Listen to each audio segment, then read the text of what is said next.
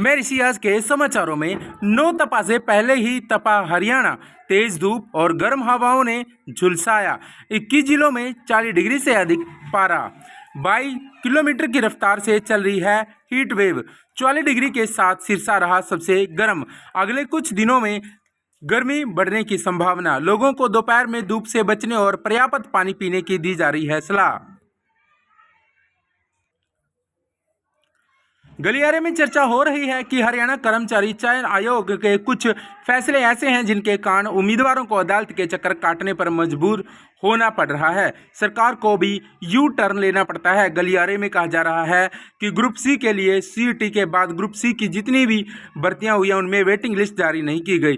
चूंकि इन पदों के लिए चयन परिणाम भी अलग अलग समय पर निकालने पड़े, इसलिए उम्मीदवारों को उम्मीद थी कि वेटिंग लिस्ट जारी की जाएगी। उम्मीदवारों ने एचएससी में भी वेटिंग लिस्ट जारी करने के प्रतिवेदन दिए, मगर कोई हल नहीं निकला। जब अदालत में गए तो अदालत ने एचएससी को प्रतिवेदनों पर स्पीकिंग ऑर्डर जारी करने के लिए कह दिया और एचएससी ने मुख्य सचिव से पूछा तो विशेष सचिव ने वेटिंग लिस्ट का फार्मूला एचएससी को लिखित में भेज दिया, मगर एचएससी ने स्टैंड ले लिया कि वेटिंग लिस्ट जारी करना नामुमकिन है। हरियाणा सरकार का बैठा झटका। सहायक प्रोफेसर भर्ती की निर्देश हाईकोर्ट ने गैर कानूनी बताए। गलियारे में चर्चा हो रही है कि हरियाणा सरकार ने सरकारी कॉलेजों में सहायक प्रोफेसर पदों की भर्ती के लिए जो निर्देश जारी किए थे, पंजाब एवं हरियाणा हाईकोर्ट ने उन्हें गैर कानूनी घोषित कर दिया है। यह अलग बात है कि याचिकाकर्ताओं ने सिर्फ एक कैटेगरी के चयनित परिणाम को रद्द करने की मांग की थी, मगर अब अन्य कैटेगरी के उम्मीदवारों की भी मांग है कि सभी भर्तियां रद्द होनी चाहिए, क्योंकि सरकार ने यूजीसी के निर्देशों की पालना नहीं की और सरकार ने अपने निर्देश जारी कर दिए हैं। हाईकोर्ट ने स्पष्ट किया है कि यूजीसी के निर्देश राज्यों पर बाध्यकारी है, यानी राज्यों को वे निर्देश मानने हैं, उनमें कोई बदलाव नहीं किया जा सकता। गलियारे में वैसे भी एसपीएससी की भर्तियों में हरियाणा से बाहर के राज्यों के उम्मीदवारों के चयन पर हरियाणा के विपक्षी दलों के नेता सरकार पर आरोप लगा रहे हैं। हरियाणा में पंचायतों को सौंपी जा रही है गांव की पेयजल और सीवरेज प्रणाली। हरियाणा में अब गांव की पेयजल व्यवस्था पंचायतों के हवाले की गई है। राज्य सरकार का मानना है कि पंचायतें ग्रामीण क्षेत्रों में पेयजल और सीवरेज व्यवस्था के संचालन और निगरानी के लिए अधिक सक्षम होंगी। जन स्वास्थ्य विभाग ने इनके लिए ऑपरेशनल पॉलिसी लागू की है, जिसके तहत पंचायतों को पेयजल आपूर्ति प्रबंधन, संचालन और आवश्यक निर्णय लेने के लिए अधिकार दिए गए हैं।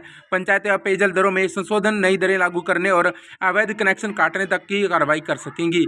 प्रदेश में इस योजना को पहले चरण में करीब 4000 ऐसे गांव में लागू किया जाएगा जहां केवल एक ही ग्राम की पंचायत है। 12वीं दोबारा कॉपी जंचवाने में 1 नंबर भी बढ़ा तो पूरी फीस लौटा देंगे।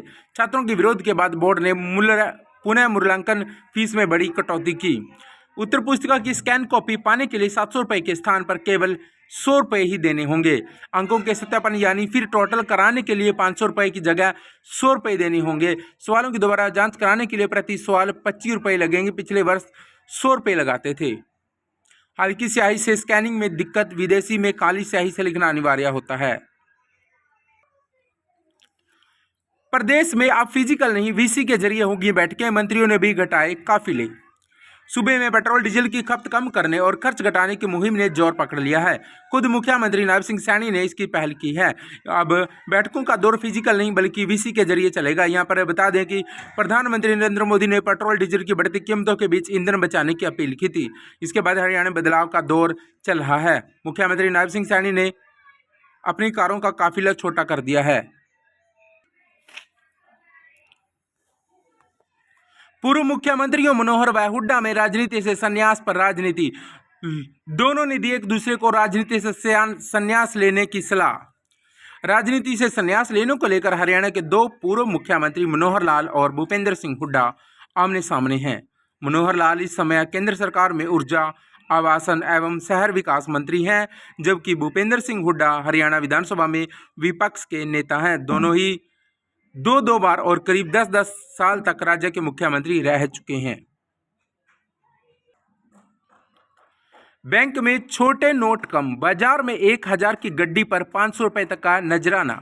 बैंक अधिकारी जरूरत के अनुसार भुगतान और डिजिटल लेन देन बढ़ाने की दे रहे हैं सलाह। प्रदेश में 10, 20 और 50 रुपए के छोटे नोटों की मांग बढ़ने लगी है।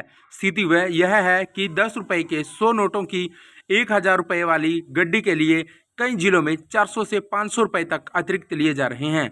करनाल और जींद में यह गड्डी 1400 रुपये तक में बिक रही है, जबकि फतेहाबाद में इसके लिए 1500 रुपये तक देने पड़ रहे हैं। 16 दिन से नहीं बंटा उपभोक्ताओं का राशन, 4G मशीनों से बंटेगा। जो उपभोक्ता राशन लेगा उसका डाटा मशीन में रहेगा सुरक्षित। जिले के सभी 680 सरकारी राशन डिपो पर बीते 16 दिन से राशन नहीं बंटा है। विभाग अधिकारियों का कहना है कि सरकार की ओर से राशन वितरण के लिए नई 4G मशीनें वितरित की जाएंगी। इनके साथ ही सभी डिपो धारकों को इलेक्ट्रॉनिक कांटे भी उपलब्ध कराए जाएंगे। खास बात यह है कि ये मशीनें इलेक्ट्रॉनिक कांटों से कनेक्ट होंगी। राशन वितरण प्रक्रिया अधिक पारदर्शी व तेजी से होगी। आदमपुर राजकीय बहुतकनीकी संस्थान में 480 सीटों के लिए दाखिला प्रक्रिया शुरू। आदमपुर में राजकीय बहुतकनीकी संस्थान में विभिन्न इंजीनियर कोर्सेज के लिए ऑनलाइन दाखिले प्रारंभ हो चुके हैं। CBSE और हरियाणा बोर्ड के 10वीं के नतीजे आने के बाद संस्थान में दाखिले की प्रक्रिया तेज हो गई है। 100 रुपये शुल्क देकर उत्तर पुस्तिकाएं देख सकेंगे विद्यार्थी, शिक्षा मंत्रालय ने कहा। सत्यापन के लिए 12वीं की परीक्षार्थी 19 से 22 मई तक कर सकते हैं आवेदन।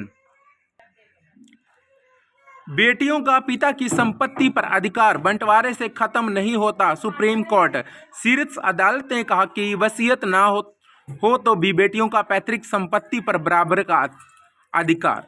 सुप्रीम कोर्ट ने कहा कि बेटियों का अपने पिता की संपत्ति पर अधिकार किसी पुराने पारिवारिक बंटवारे को से खत्म नहीं हो सकता। यदि पिता की मृत्यु बिना वसीयत के होती है तो बेटी को क्लास 1 वारिस के रूप में संपत्ति में बराबरी का हिस्सा मिलेगा, चाहे बेटों के बीच पहले से ही बंटवारा क्यों ना कर लिया गया हो। उपभोक्ता संरक्षण कानून के तहत कर सकते हैं शिकायत। सामान खराब मिलने पर ग्राहक को बदलवाने व मुआवजे का है अधिकार। उपभोक्ता संरक्षण कानून के अनुसार हर ग्राहक को अपनी शिकायत का समाधान पाने का अधिकार है। अगर किसी सामान या सेवा में खराबी है, गलत विज्ञापन दिया गया हो, तो ज़्यादा पैसे लिए गए हो या सेवा खराब हो तो ग्राहक शिकायत कर सकता है। ग्राहक को खराब सामान बदलवाने, पैसे वापस लेने, नुकसान का मुआवजा पाने और गलत व्यापारिक व्यवहार के खिलाफ कार्रवाई करवाने का अधिकार है। जून के पहले सप्ताह से शुरू होगी ITI में दाखिले की प्रक्रिया। पिछले साल खाली रही सीटों को देखते हुए विभाग ने लिया फैसला। दाखिले के लिए Aadhaar number, mobile number, active email ID, परिवार पहचान पत्र हैं जरूरी। आज के समाचार यहीं तक, मिलेंगे जल्द नई अपडेट में। तब तक के लिए हमें अलविदा दीजिए। जय हिंद।